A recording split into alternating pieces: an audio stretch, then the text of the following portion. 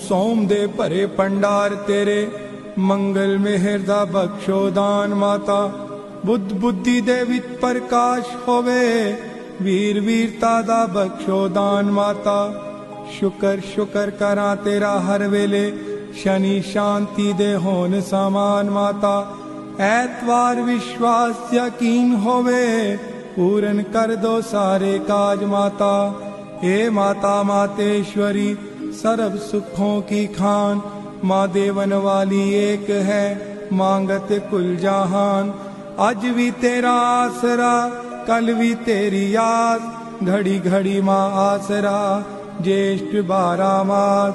मेरी दाती के दरबार में सभी खड़े हाथ जोड़, माँ देवन वाली एक है मांगत लाख करोड़। ऐ सच्चियां जोतां वाली